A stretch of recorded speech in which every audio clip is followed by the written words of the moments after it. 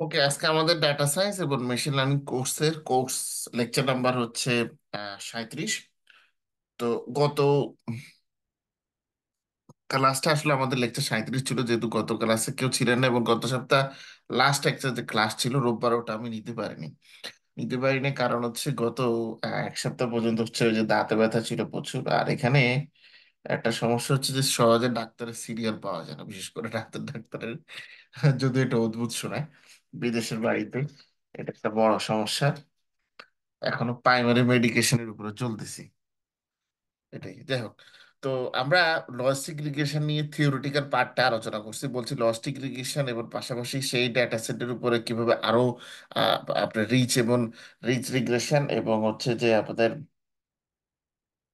Ordinary list square, এইগুলো আমরা হচ্ছে দেখবো লজিস্টিক রিগ্রেশনে। তো প্রথমে লজিস্টিক রিগ্রেশনের যে কোডটা সেটা হচ্ছে আলোচনা করবো আজকে। তো লজিস্টিক রিগ্রেশনের অলরেডি অ্যানালাইসিসটা আমি করে ফেলছি। এটা হচ্ছে আপনাদেরকে গিটহাব লিঙ্কে আপনাদেরকে অলরেডি গিটহাব আমার মনে হয় হচ্ছে মেইলে শেয়ার করা হয়নি, আমি শেয়ার করবো আপনাদেরকে। গিটহাবে হচ্ছে মোটামুটি আপনাদের ক্লাসের যে ডেটা সেটগুলো আছে এবং কোডগুলো আছে ওগুলো ম্যাক্সিমামই আমি গিটহাবে মোটামুটি লোড করে ফেলেছি। আপনারা সেখান থেকেও দেখতে পারবেন। আজকের ক্লাস শেষ হলে তারপর লোড করে ফেলবো আর কি, ডেটা সেট প্লাস আজকের যে কোড আছে। তো আজকে আমরা যেহেতু লজিস্টিক রিগ্রেশন ইউজ করতেছি, প্রথমে আহ খেয়াল রাখতে হবে যে এটার নাম লজিস্টিক রিগ্রেশন। হ্যাঁ, এই টিকের সাথে কিন্তু আবার এস নেই, অনেকের মুখের উচ্চারণের সাথে বলে ফেলে লজিস্টিক্স, বাট লজিস্টিক্স না। হ্যাঁ, এটা সবসময় খেয়াল রাখবেন, এটা কিন্তু মেজরিটি মানুষের ভুল হয়েছে এই জায়গাতে। বিশেষ করে আমি অনেককে দেখছি যে থিসিস গুলোর বাইরের দেশে তো মাস্টার্স পর্যায়ে ডিফেন্স হয়, বাংলাদেশে যে ডিফেন্স হয় সেরকম না। হ্যাঁ, যেমন আমি আমাদের কিছু জুনিয়রকে দেখি ঢাকা ভার্সিটিতে যারা ডিফেন্স বলতেছে, আমরা ডিফেন্স দিতে যাচ্ছি, ওইটা আসলে কোনো ডিফেন্স না। ওখানে জিজ্ঞেস করে যে আপনারা ইন্টার্নশিপ রিপোর্ট করছেন, কি করছেন না করছেন, এই জিনিসপত্র জিজ্ঞেস করে। এই ডিফেন্স আর বাইরের ডিফেন্সের সাথে পার্থক্য আছে।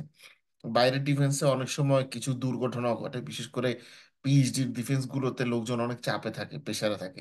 কারণ 4-5 বছর, 5-6 বছর একটা লং টার্ম ধরে হচ্ছে কাজ করতে হয়। তো যারা চাপে থাকে এরা আসলে বুঝে যে চাপে থাকার মর্মটা কিরকম। যেমন আমি একবার আমি যখন মালয়েশিয়া করছিলাম, তখন আমাদের এক পিএইচডিতে এক ইরানিয়ান মেয়ে, সে মাথা ঘুরে পড়ে গিয়েছিল, মানে প্রশ্ন করার এক পর্যায়ে যখন স্যাররা তাকে হচ্ছে কাউন্টার কোশ্চেন করতেছিল, তখন তার হচ্ছে এরকম অবস্থা হয়েছে। ঠিক আছে, এবং পরে হাসপাতালে নিয়ে যেতে হয়েছে। তো এরকম সিচুয়েশন ঘটতে পারে, খুবই এক্সট্রিম সিচুয়েশন করতে পারে। কারণ অনেক সময় দেখা যায় যে এবং সেটার উপর অনেক কিছু আপনার নির্ভর করে নর্মালি আপনার ইয়েগুলোতে। আর জাপানের ভার্সিটি গুলোতেও কিন্তু এরকম হয়, মানে জাপানি ভার্সিটি গুলো আরো মানে রিগোরাস। সেটা হচ্ছে যে আমাদের মাস্টার্স প্রোগ্রাম হচ্ছে 2 বছর, তো 2 বছর পরে 1.5 বছর পরে আমাদের একটা আপনার এরকম প্রি ডিফেন্সের মতো হয়। কিন্তু প্রি ডিফেন্স হলেও ধরতে গেলে ওখানেই আসলে ঠিক হয়ে যায় যে আপনি রিসার্চ করছেন, এটার কি মূল্য আছে না মূল্য নেই।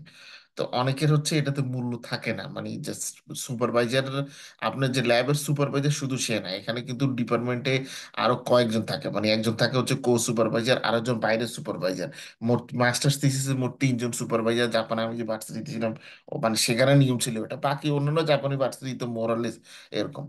তো আমাদের সাথে একটা ক্লাসমেট ছিল, থাইল্যান্ডের এক মেয়ে ছিল, কম্পিউটার সায়েন্স ডিপার্টমেন্টে আমাদের সাথে একই ব্যাচ আমরা ভর্তি হয়েছি।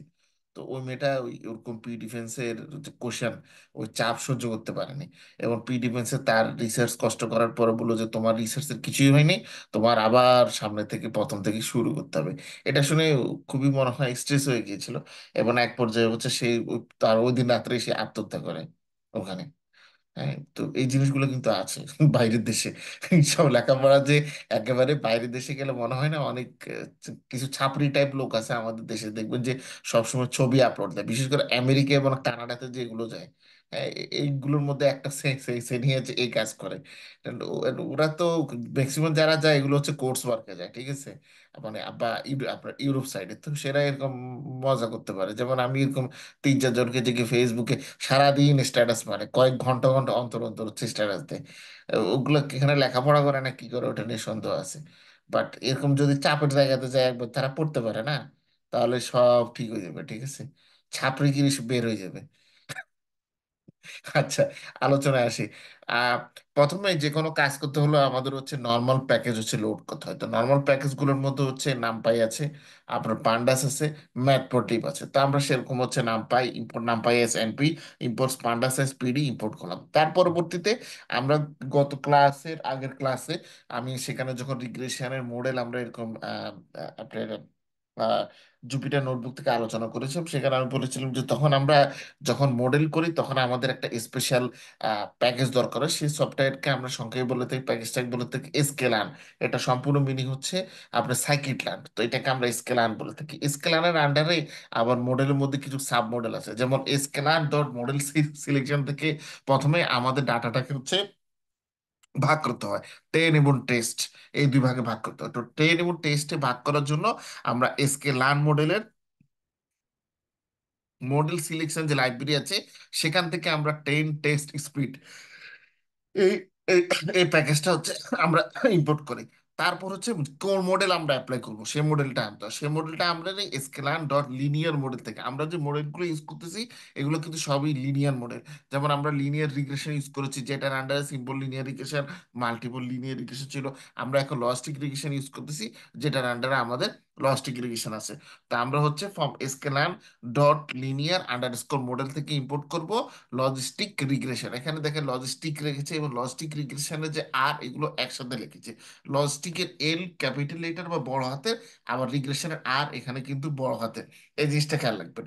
আর লিনিয়ার মডেল যখন লিখেছে, লিনিয়ার লেখার পরে মডেলের মাঝখানে একটা আন্ডার স্কোর, এই সাইনটাকে বলে আন্ডার স্কোর, ঠিক আছে? হুম, আন্ডার স্কোর এটাকে হচ্ছে বলে। আচ্ছা, তারপরে হচ্ছে আমরা যখন একটা মডেল দাঁড় করাই ফেলাই, সে মডেলটা কেমন কোয়ালিটি হচ্ছে, কেমন হলো আমার মডেল, আমরা সেটা দেখতে চাই। তো তখন সেটা দেখতে হলে আমরা স্ক্যানান ডট ম্যাট্রিক্স থেকে আপনার বেশ কিছু ম্যাট্রিক্স আমরা হচ্ছে নিয়ে আসি। যেমন প্রথমে স্ক্যানান ডট ম্যাট্রিক্স থেকে আমরা এবারে যে প্রিসিশন স্কোর সেটা আমরা নিয়ে আসি। তখন আমরা লিখি এটাকে ফ্রম, তখন আমরা এটাকে এইভাবে লিখে থাকি, from sklearn dot metrics import average precision score. তো এখন এখানে এভারেজ প্রিসিশন স্কেল লেখার সময় যে প্রতিটা ওয়ার্ডের মাঝখানে তো একটা একটা গ্যাপ আছে, তাহলে এখন আমরা এইভাবে লিখি average underscore precision underscore score. তারপর আবার স্কেলার ম্যাট্রিক্স থেকে আমরা অ্যাকুরেসি স্কোরটা ইম্পোর্ট করি, তখন আমরা এটাকে লিখি from scalar dot metrics import accuracy underscore score. এখন অ্যাকুরেসি এবং স্কোরের মধ্যে আমরা আর নিচে দেখেন আন্ডার স্কোর এখানে দিয়েছি। আর তারপরে হচ্ছে ম্যাথপটিভের পাইপট লাইব্রেরি তো আমরা আনি সেটা। এছাড়া এখানে তিনটে জিনিস অতিরিক্ত এসেছে, সেটা হচ্ছে from CatBoost import CatBoost classifier pool, আর ইম্পোর্ট শ্যাপ এবং ফ্রম সাইফা ইন্টারপোলেট ইন্টারপ্রিট। আচ্ছা, এই তিনটা লাইব্রেরির বিশেষ কাজ আছে, যেটা আমি এখন বলবো না, পরবর্তীতে হচ্ছে বলবো। আগে আমরা লজিক রিগ্রেশনের কাজটা দেখি। আচ্ছা, এখন কাজ করতে হলে আমাদের তো ডেটা সেট লাগবে। তো এখানে ডেটা সেটটার কিন্তু তারা যে কাজটা করেছে, ক্যাগেল থেকে এটা তারা এপিআই এর মাধ্যমে ডাউনলোড করেছে। আজকে আমরা এতদিন আমরা এক্সেলে দেখছি না কাজ করছি, মানে এক্সেল ফাইল আমাদের এখানে ছিল, আমরা ওটাকে ইম্পোর্ট করেছি। বাট এখন ক্যাগেল থেকে আমরা এপিআই দিয়ে এটাকে নিয়ে এসেছি। তো এপিআইটা হচ্ছে নর্মালি ডাটাটাকে আমরা অনেকভাবে কল করতে পারি, মানে বেসিক্যালি ডাটাটা লোড করা মানে কি, ডাটাকে ডেকে আনা না, কল করা।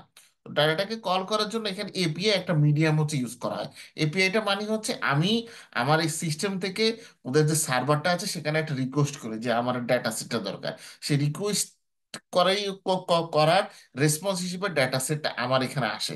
তাই এখানে এপিআই কল করার জন্য হচ্ছে আপনার এই কোডটা এখানে দেওয়া আছে, underscore Kegel competition downloads hyphen আপনার এটা মাইনাস সি দিয়ে টাইটানিক করে দেওয়া কেপিআই।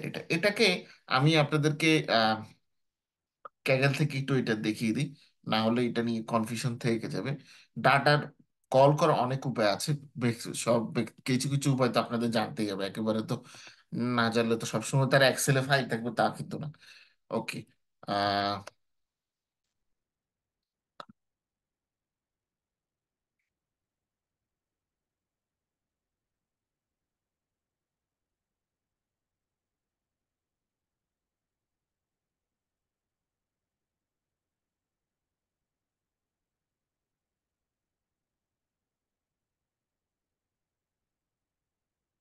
আচ্ছা, ক্যাগলে যখন হচ্ছে আপনি যাবেন, এটা নিয়ে ইন্টারেস্টিং কিছু কথা আছে, এটা আমি স্ক্রিন শেয়ার করতেছি।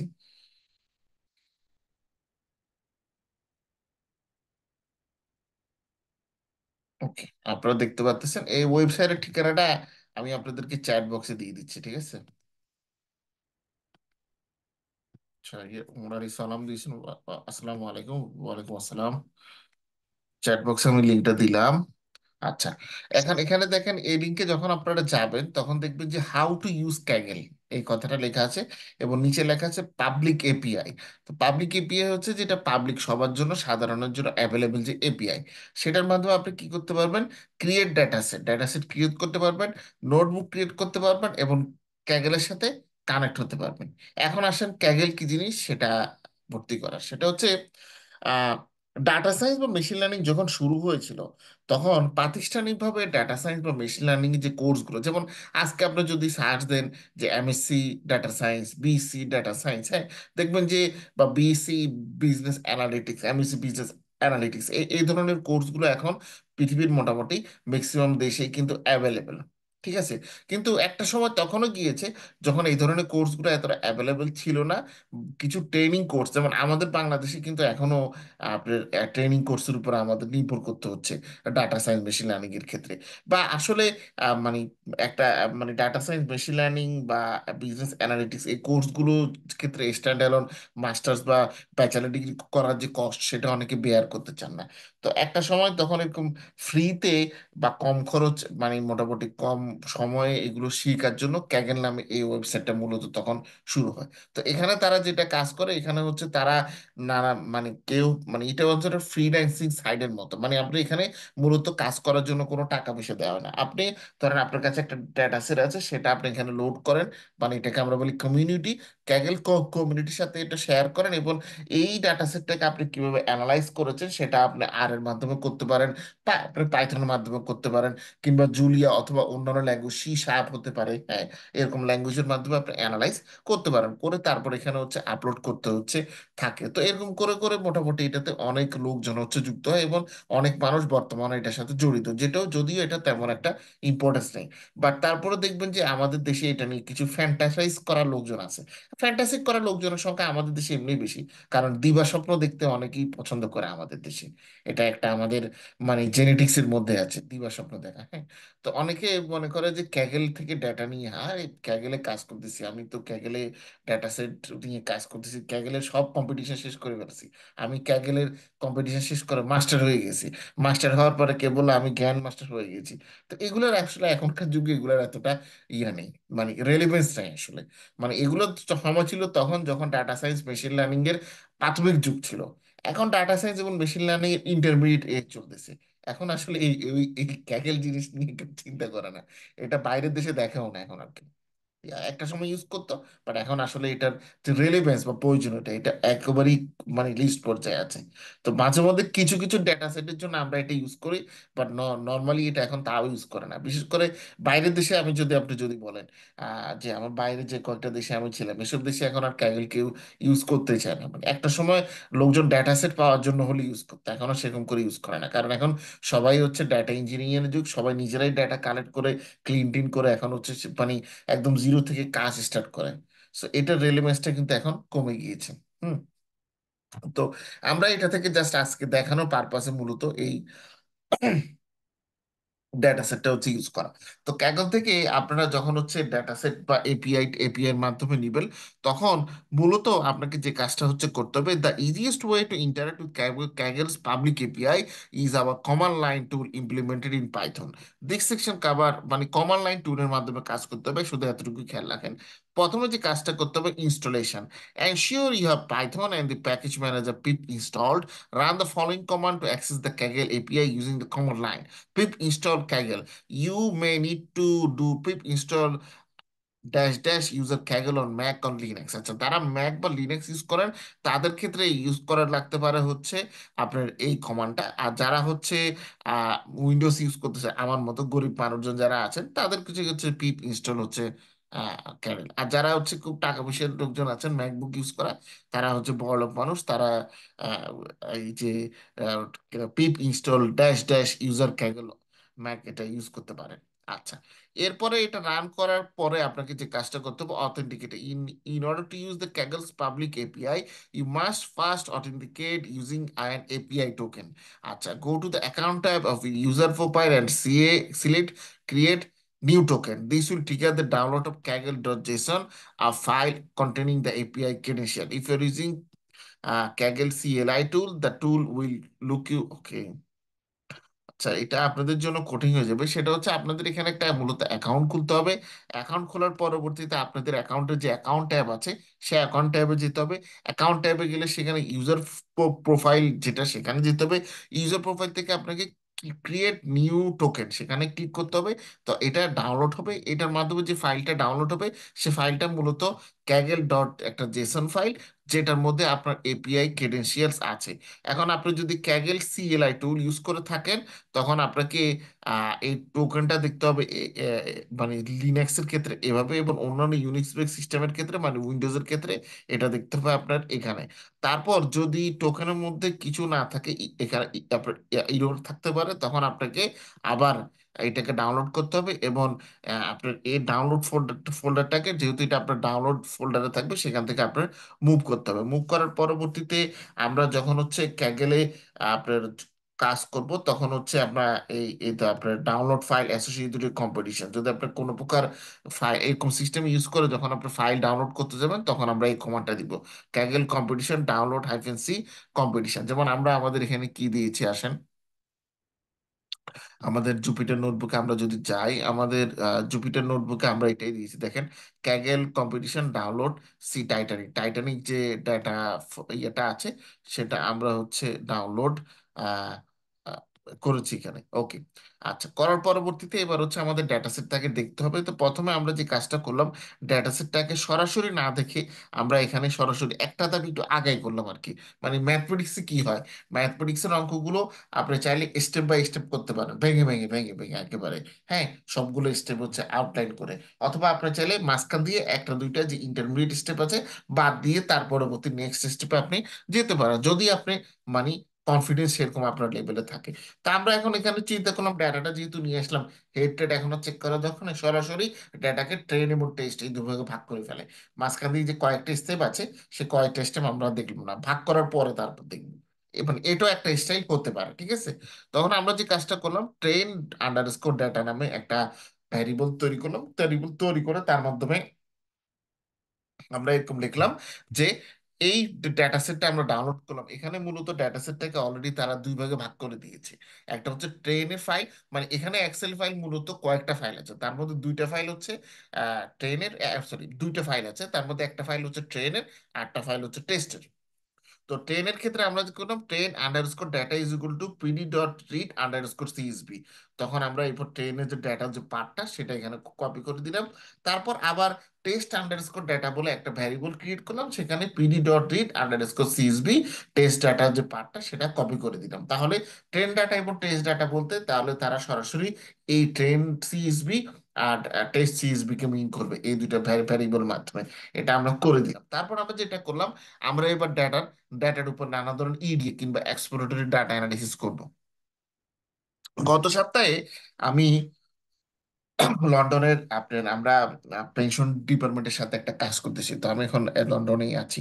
তো আপনার গত সপ্তাহে আমরা এই কাজ করতে গিয়েছিলাম, মানে গত সপ্তাহে বলে ভুল হবে, আসলে চলতি সপ্তাহে গিয়েছিলাম, মানে এখন তো শনিবার আজকে। তো আমরা এখানে যে পেনশন ডিপার্টমেন্ট আছে সরকারি, সেই পেনশন ডিপার্টমেন্টে গিয়েছিলাম। আমি সহ আমার আরো দুইজন কলিগ আছেন আমরা এখানে। ওই দুজন হচ্ছে আহ, একজন জাপানিজ, একজন হচ্ছে ইউরোপিয়ান, আর আমি হচ্ছে বাংলাদেশি। তো আমরা যাওয়ার পরে আমাদেরকে সেখানে ওখানে ওদের পেনশন ডেটা সেট নিয়ে আমরা যেহেতু হচ্ছে কাজ করতেছি, তো আমাদেরকে আহ, জুপিটার নোটবুকে হচ্ছে কেউ কাজ করেছে, কেউ আপনার অ্যানাকোন্ডাতে, মানে অ্যানাকোন্ডা ইউজ করে, আবার কেউ আপনার ভিএস কোড ইউজ করেছে, হ্যাঁ, এরকম অনেক ধরনের অনেকভাবে হচ্ছে কাজগুলো করছে। তো এই যে কোডগুলো যেগুলো, এই যে ট্রেন ডাটা টেস্ট ডাটা, এই এই জিনিসগুলো কিন্তু খুব মানে ইন্টারেস্টিং, কারণ ওখানে আমরা প্রায় মোটামুটি প্রায় বিগত 10 থেকে 15 বছরের পেনশন ডেটা নিয়ে কাজ করতে, হিউজ পরিমাণ ডেটা। মানে অ্যানালাইজ যখন আপনি করবেন না, তখন এই যে হেডিং টেডিং গুলো অনেক বড় বড় দেখবেন, যে হেডিং অনেক লম্বা, অনেক দূর পর্যন্ত যায়, শেপও অনেক বেশি। মানে শেপ দেখা গেছে ওখানে 1-1.5 লাখ হচ্ছে যে কলাম টলাম মিলে সংখ্যা আসছে আসছে, এরকম অনেক সুন্দর দেখায়। আর বিগ ডেটা নিয়ে যখন কাজ করেন তখন এই সংখ্যাগুলো বাড়ে, এবং আপনার ফিগারের আউটপুটের সাইজটা অনেক বাড়ে, ওটা অনেক ভালো দেখায়। তা আপনাদের এটার এখন শেপ দেখতে গিয়ে ওটা মনে পড়ছে। আচ্ছা, শেপ ডেটা আমরা হচ্ছে এবার ইডি অ্যানালাইসিস, আমরা গত সপ্তাহ মূলত ইডি অ্যানালাইসিস করেছিলাম ওদের ডেটা সেটের উপরে, এবং অনেক কিছু ফার্দার হিন্টস ওখান থেকে হচ্ছে বের হয়েছে। যাই হোক, তো আমরা ট্রেন ডাটা নিয়ে হচ্ছে কাজ করছিলাম। তো ট্রেন ডাটা নিয়ে কাজ করতে প্রথমে ট্রেন ডাটা শেপটা দেখলাম। তো প্রথমে আমরা কি দেখলাম, ট্রেন ডাটা শেপ দেখার জন্য আমরা ট্রেন ডাটা নামে যে ভ্যারিয়েবল তৈরি করেছিলাম, train underscore data dot shape, এইটা লিখলাম, কমা দিয়ে আবার আরেকটা কোড লিখলাম। মানে আমরা তাহলে কমা দিয়ে পাশাপাশি দুটো কোড এখানে আমরা লিখে একসাথে দুটোকে আমরা এক্সিকিউট করলাম বা রান করলাম। এরপরে আমরা কমা দিয়ে test underscore data dot shape লিখলাম। তখন আমরা কিন্তু প্রথমটার মাধ্যমে ট্রেন আন্ডারস্কোর ডেটার শেপটা, আর তারপরেরটার মাধ্যমে টেস্ট আন্ডারস্কোর ডেটার শেপটা আমরা পেয়ে গেলাম। এর পরবর্তীতে আমরা যেটা কাজ করলাম সেটা হচ্ছে এক্স এবং ওয়াই, তো আমাদের ট্রেন ডাটা টেস্ট ডাটার ক্ষেত্রে লাগবে।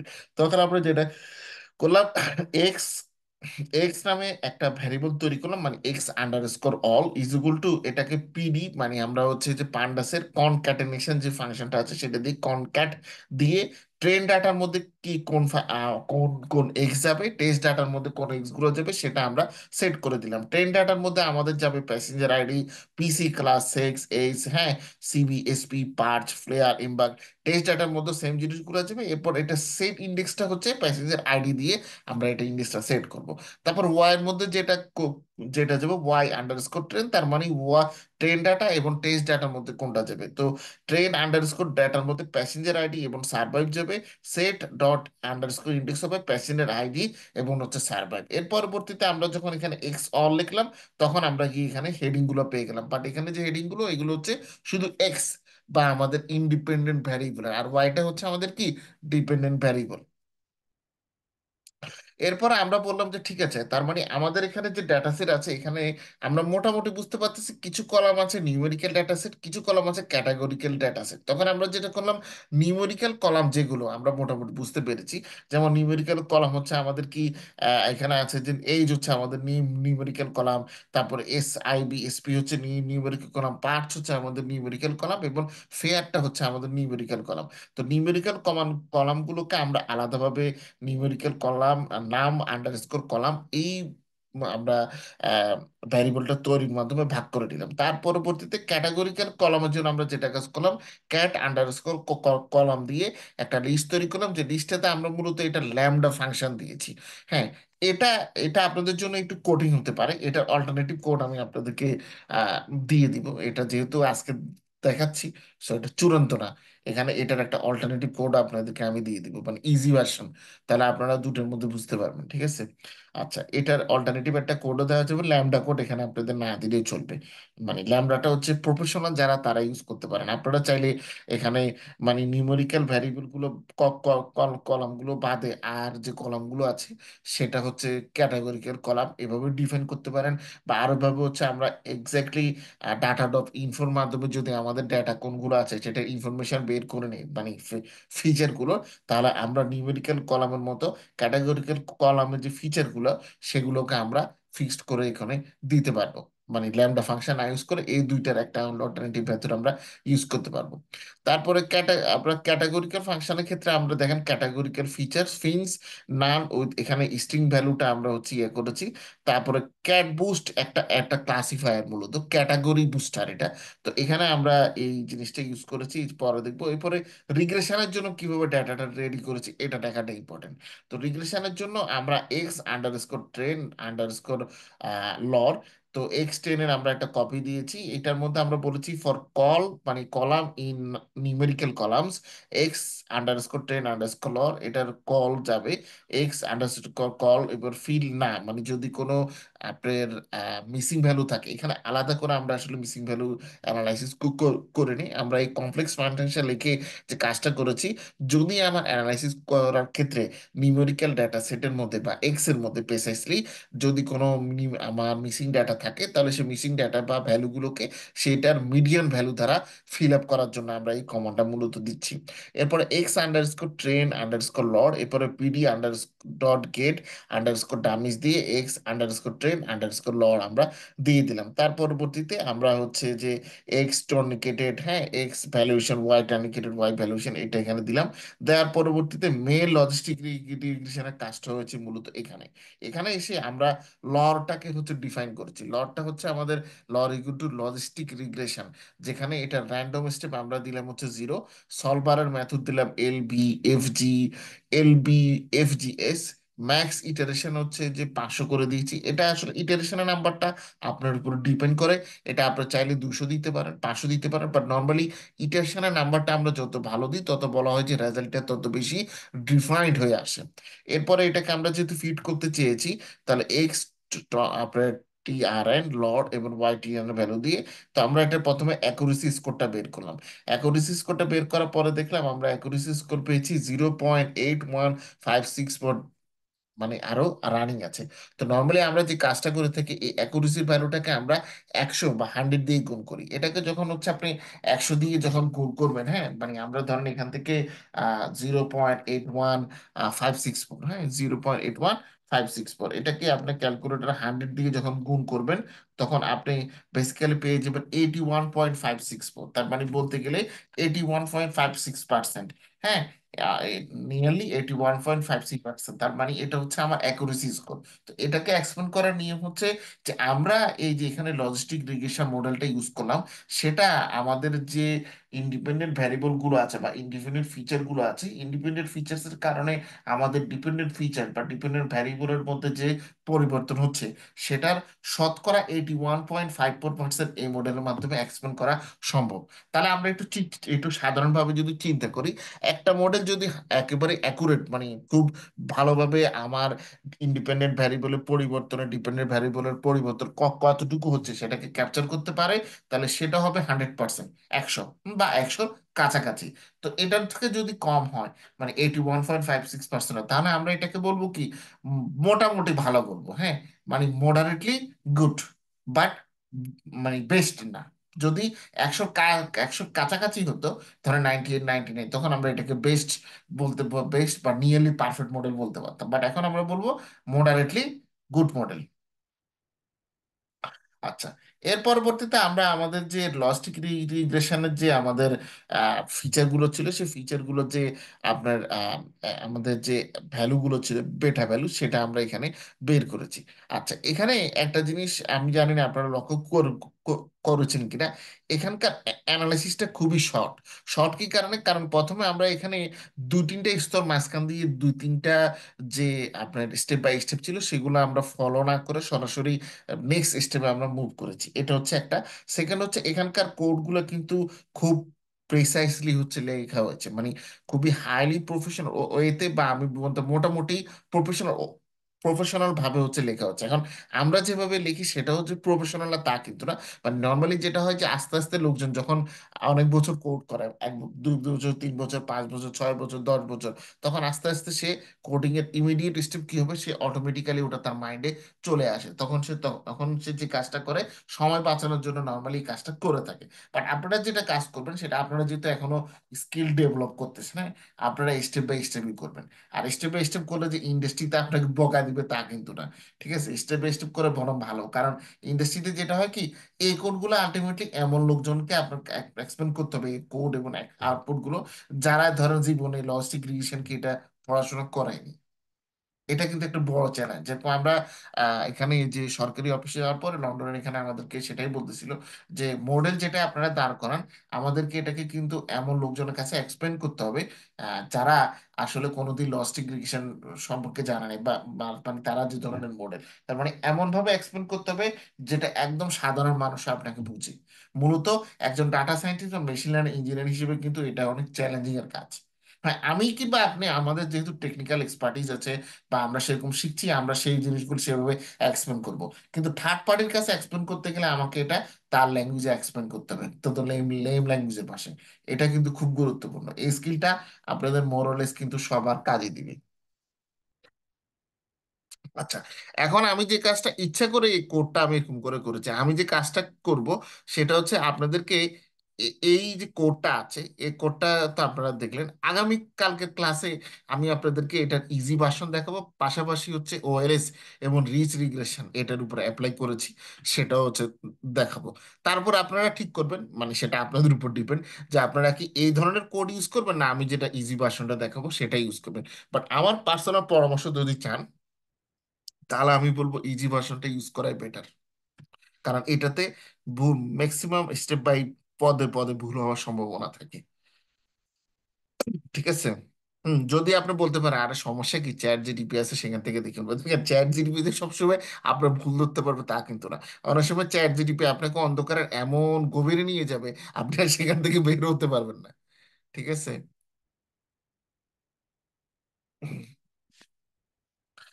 ওকে, আমি তো এটা আপনাদেরকে মোটামুটি এক্সপ্লেন করছি, তো এই রিলেটেড তারপরে কোনো প্রশ্ন থাকলে আপনারা জিজ্ঞেস করতে পারেন। বাট আমি তো বলেছি যে এটার ইজি ভার্সন দিবে, মানে আপনাদের জন্য এটার কঠিন হবে এটা আমি ধরেই নিছি, কারণ এখানে অনেক কিছু হাইলি কঠিন ভাবে দেওয়া আছে, এটা আমিও স্বীকার করি, অস্বীকার কিন্তু করতেছি না। স্যার আমার একটা কোশ্চেন আছে স্যার। জি বলেন। স্যার ওই যে 11 নম্বর লাইনের একটু নিচে আসেন স্যার, হুম, এই এই জায়গাটা স্যার, এই যে এইখানে, 11 নম্বর। হ্যাঁ এইখানে একটু বোকার মতন প্রশ্ন করবো স্যার। এই যে এই নোটবুকটাতে স্যার আপনি যে লজিস্টিক রিগ্রেশন যে লেখাটা লিখছেন স্যার বোল্ড করে, এটা স্যার কিভাবে লেখা যায় স্যার? এটা তো কোথায় রাস্টিকেশন ভুল করে? না, এই যে হ্যাঁ ও এখানে যে আচ্ছা, লেখছেন এই যে এটা হচ্ছে হ্যাঁ। এই যে আমি এখানে যখন ক্লিক করেছি এটা এখানে চলে এসেছে। ঠিক আছে। আচ্ছা, এটার জন্য আপনাদের হচ্ছে জুপিটার নোটবুকের কিছু ফাংশন আছে, সেই সেই জিনিসগুলোকে আপনার একটু ঠিক করতে হবে, মানে জুপিটার নোটবুকের সেটিংস কি একটু আপডেট করতে হবে। নর্মালি যেটা হয় কি আমি কিংবা আপনি যে, মানে আমরা যখন জুপিটার নোটবুক কি বলে ডাউনলোড করি, ডাউনলোড করার পরে যে সেটিংস থাকে এটা হচ্ছে ডিফল্ট সেটিংস, বাট এটাকে চেঞ্জ করা যায়, মানে চেঞ্জ করে আপনার চাইলে জুপিটার নোটবুকের কালার আপডেট যায় করা, বা এরকম যে কাজগুলো যে আপনি কথা বলতেছেন, যেমন আমার এটা এখন এখানে ডাবল ক্লিক করার পরে এই চিহ্ন হয়ে গেছে, আবার যখন এন্টার চাপ দিবে এখানে নিচে গিয়ে লেখার একটা সুযোগ তৈরি হবে।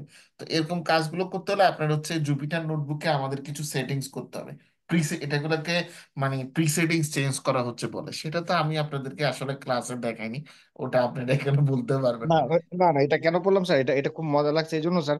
ওই যে তাইলে হয় কি নোটবুকটা ভাগ ভাগ করে নেওয়া যায় স্যার, ওই যে কাজের সুবিধার জন্য এটা একটা হ্যাঁ, সেটা চমৎকার তো জিনিস আপনারা স্যার। ভাগ করে জি আপনারা দেখেন এটা নর্মালি যখন আমরা করি তখন নর্মালি আমরা আমাদের জুপিটার নোটবুকটাকে মূলত সেটিংস করার মাধ্যমে আপনারা দেখেন এখানে যে সেটিংসটা আছে এই সেটিংস গুলো দিয়ে কিন্তু তেমন একটা ভালো কাজ আপনারা করতে মানে করাটা ডিফিকাল্ট। তো আপনারা যদি এটা চান এটা আমি নেক্সট ক্লাসে সমস্যা নেই আপনাদেরকে সেই এটা শিখিয়ে দেওয়া যাবে, কোনো ব্যাপার না, এটা জুপিটার নোটবুকের সেটিংস কিছু আচ্ছা ঠিক সেটিংস আছে স্যার। আছে আর আপনি যেগুলোর মাধ্যমে এটা শুধু এটা কি আপনি চাইলে এই যে আমাদের কালারটা এখন সাদা কালার আছে না, মানে যে কোড আমরা জি লিখতেছি আলটিমেটলি ব্যাকগ্রাউন্ডও তো হোয়াইট সাদা, তো এই কালারটাও চেঞ্জ জি করা স্যার। যায়। ঠিক আছে। আবার আপনি চাইলে ইনপুটের ঘরটা একটু বড় করা যায়, বা আউটপুটের যে মানে অক্ষরগুলো আছে এগুলোকে চাইলে কিন্তু ছোট বড় যায় করা, সেটার একটা এগুলো ইয়ে আছে, মানে একটা থিম ডাউনলোড দিতে হয়, ডাউনলোড দিয়ে তারপর মূলত এই কাজগুলো করতে হয় আর কি। তো এটা তো জি সময় লাগে এই কারণে আমি আসলে ক্লাসে দেখিনি, আর ম্যাক্সিমাম না মানুষজন স্যার, এটাতে ইন্টারেস্ট ফিল করে না আর কি। যারপর আপনি করছেন যাই হোক সমস্যা নেই, দেখাই দিব, অসুবিধা না নেই। না, ওটা অনেকটা কারণ আছে স্যার। ওই যে কারণ হচ্ছে কি, ওই যে নোটবুক গুলো আমরা তো স্যার এখনো তো স্যার ইন্টার্ন মানে শিক্ষানবিশ তো স্যার, কিন্তু ওই যে ভাগ ভাগ করা থাকলে হয় কি, ওই জায়গাটা চোখ যায় যে ডাটা প্রেপের জায়গাটায়, তারপর না, আমরা ইনপুটের তো জায়গাটা, তারপর নর্মালি সাথে মানে এতদিন আমরা যে কাজটা করছি সেটা হচ্ছে যে ধরেন যে লাইনে আমরা কোড লিখছি সেই লাইনে মূলত আমরা কমেন্ট গুলো লিখছি। ঠিক আছে। জি স্যার। ডাটা পেপ এখানে হচ্ছে শুধু যে লাইনটাতে কমেন্ট লিখছি সেই লাইনে কমেন্টই আছে, সেটাতে আর কিছু লিখিনি। জি স্যার, জি স্যার, সেটা বুঝতে হ্যাঁ, পারছি। এই আর কারণে আরেকটা জিনিস এটা স্যার মানে কি, এটা আলাদা হয়েছে, কিন্তু এই কারণে এমনি এমনি আলাদা হইলে এটা এই কারণে আলাদা হয়েছে। আচ্ছা স্যার আরেকটা জিনিস জানা ছিল স্যার, ওই যে স্যার 12 নম্বর লাইনের নিচে একটু আসেন স্যার, ওটা একটা 12 জিনিস নম্বর ওখানে লাইন। আহ হ্যাঁ বলেন, বা- এই যে এই যে 12 স্যার নম্বর লাইন। এইখানে অ্যাকুরেসির ব্যাপারটা স্যার আপনি বললেন যে আমরা দেখলাম যে 100 দিয়ে গুণ করলে 81.56 আসবে, সেটা ঠিক আছে, বাট এই অ্যাকুরেসির ব্যাপারটা কিসের উপর ডিপেন্ড করে স্যার? অ্যাকুরেসির ব্যাপারটা ডিপেন্ড করা হচ্ছে, বললাম না, আপনার যে মডেলটা আমরা সিলেক্ট করলাম। এখন ধরেন এখানে যদি আমরা সিম্পল লিনিয়ার রিগ্রেশন থাকতো বা অন্য কিছু, তখন অ্যাকুরেসি স্কোরটা অন্যরকম আসতো। অ্যাকুরেসিটা মানে হচ্ছে আমরা আমাদের ডেটা সেটের উপরে এই মডেলটা ইউজ করলাম। তো ডেটা সেটের কি কারণে করলাম, আমরা আলটিমেটলি রিগ্রেশন নিয়ে বলতেছি কথা। তো রিগ্রেশন মানে হচ্ছে আমাদের লিনিয়ার রিগ্রেশন, ঠিক আছে। লিনিয়ার রিগ্রেশনের মধ্যে একটা ক্লাসিফিকেশন, লজিস্টিক রিগ্রেশন। তো আলটিমেটলি যে কোনো রিগ্রেশনে আমরা কথা বলি এক্স এবং ওয়াই নিয়ে। এক্সটা হচ্ছে আমাদের ইন্ডিপেন্ডেন্ট ফিচার্স বা ইন্ডিপেন্ডেন্ট ভ্যারিয়েবল, ওয়াইটা হচ্ছে আমাদের ডিপেন্ডেন্ট ফিচার্স বা ডিপেন্ডেন্ট ভ্যারিয়েবল। তো এখন এটাকে যদি আমরা আরো একটু ভেঙে নিয়ে আসি, তাহলে মূলত এক্স কিংবা ইন্ডিপেন্ডেন্ট ভ্যারিয়েবলের পরিবর্তনের ফলে আমাদের যে ডিপেন্ডেন্ট ভ্যারিয়েবলের যে পরিবর্তনটা ঘটে, সেটাকে আমাদের মডেলটা কতটুকু ক্যাপচার করতে পারতেছে। যত বেশি ক্যাপচার করতে পারে তত এই মডেলটার অ্যাকুরেসি স্কোর বেশি হবে। তো এখন আমাদের আচ্ছা মডেলটা এটার শুধুমাত্র 81.56% ক্যাপচার করতে পারতেছে আউট অফ 100। তার মানে কি, 100। মোডারেটলি আমাদের মডেলটা কি বেটার বা ভালো। এখন এটা যদি 90% আপ, মানে 95, 97% করতো, তখন আমরা বলতো কি এটা অনেক খুবই ভালো করছে, এরকম আর কি। আবার স্যার যদি ধরেন 50 বা 60% হতো, তখন আমরা বলতাম যে মডারেট পারফরমেন্স। আর যদি 50-এর নিচে, তাহলে যদি যেতে যেতে আমরা বলতাম যে নট সো গুড বা লেস দেন এভারেজ পারফর্মিং, এরকম আর কি। আচ্ছা স্যার। স্যার তাহলে এই এটা কোডটা অনেকটা স্যার হচ্ছে আর এই যে আপনার জিপিএ এর মতো আর কি। যেমন আপনার জিপিএ 5 যারা পায়, আমরা বলি যে ঠিক আছে ওরা পড়াশোনা বেশি করছে বা ভালো, মানে তাদের অ্যাকুরেসি স্কোরটা হাই। যারা আরো কম পেয়েছে ওদের আরো স্কোরটা হচ্ছে, মানে অ্যাকুরেসিটা আরো কম। সেরকম আর কি, জাস্ট হচ্ছে মডেলকে একটা আমাদের মানে এটা নর্মালি কাজে লাগে কখন, যখন হচ্ছে কয়েকটা মডেলের মধ্যে আমরা কম্পেয়ার করি। আর বিশেষ করে জি স্যার। কর্পোরেট ওয়ার্ল্ডে নর্মালি তারা বা ইন্ডাস্ট্রিতে তারা অ্যাকুরেসি স্কোরে জিজ্ঞেস করে। হ্যাঁ, মডেল আর কোয়েশ্চেন ঠিক আছে, বাট আপনার মডেলের অ্যাকুরেসি স্কোরটা কি। সবাই মূলত আলটিমেটলি এই জিনিসটাই জানতে চায়। কারণ ম্যাক্সিমাম মানুষজন আসলে আপনি কোন মডেল ইউজ করছেন সেটা নিয়ে জানতে চায় না, কারণ তারা জানে যে এটার পিছনে there is some mathematical and statistical model. এটা মোটামুটি ইস্টাবলিশ একটা রুল ইন্ডাস্ট্রিতে, যে মোটামুটি there is some mathematical and statistical background behind this. But কথা হচ্ছে এই যত কিছু করছেন স্ট্যাটিস্টিক্যাল বা ম্যাথমেটিক্যাল বা যাই আপনি করেন না কেন, আলটিমেটলি আপনার অ্যাকুরেসি স্কোরটা কত সবাই এটা জানতে চায়। মানে ইন্ডাস্ট্রিতে নর্মালি তারা যদি এটা এরকম যদি স্কোর থাকে, তখন তারা বলে যে এটাকে ইমপ্রুভ করো। ইমপ্রুভ করতে হলে তখন বলবো যদি ডেটা সেট বাড়াতে হয় বাড়াও, যদি ডেটা সেটে কোনো রকম পরিবর্তন আনতে হয় করো, বাট তারপরে অ্যাকুরেসি স্কোর হচ্ছে বাড়াও। কারণ অ্যাকুরেসি আচ্ছা স্কোর স্যার। না বাড়ালে যেটা হয় সেটা হচ্ছে সাধারণ মানুষজন তো ওই স্কোর দেখে হচ্ছে মডেলের কোয়ালিটিটা দেখে। তারা কিন্তু আপনি যে এই যে এত কোড টোড লিখছেন এগুলো নিয়ে ওদের এত মাথা ঘামায়নি। মানে জি স্যার। ক্লায়েন্ট যারা জি থাকে স্যার এটা। তারা বেসিক্যালি মনে জি করে স্যার। হ্যাঁ, আচ্ছা, আপনি মডেল অ্যাপ্লাই করছেন, এটা অ্যাকুরেসি স্কোর হচ্ছে মোর দ্যান 90%, তাহলে বেটার, ঠিক আছে। বা লেস দ্যান 90% হলে তখন বলবে না, তখন একটু ইস্ততে বোধ করবে, নানা রকম প্রশ্ন করবে তারা। তো এই কারণে নর্মালি এটা অ্যাকুরেসি স্কোরটা বাড়ানোর কথা বলে। এবং মেশিন লার্নিং ইঞ্জিনিয়ার যারা কাজ করে তাদের ক্ষেত্রে সেম জিনিস। তারা ধরেন আপনি ডাটা সায়েন্স বা মেশিন লার্নিং মডেল ইউজ করে কোনো সার্ভিস যখন তৈরি করতে যায়, তখন ওই মডেলগুলো সার্ভিসগুলো বাজারে বিক্রি করতে হলে তাদের মডেলের অ্যাকুরেসি স্কোর মোর দ্যান 92-93% হতে হয়, নাহলে তারা সেলই করতে পারে না, বিক্রি হয় না।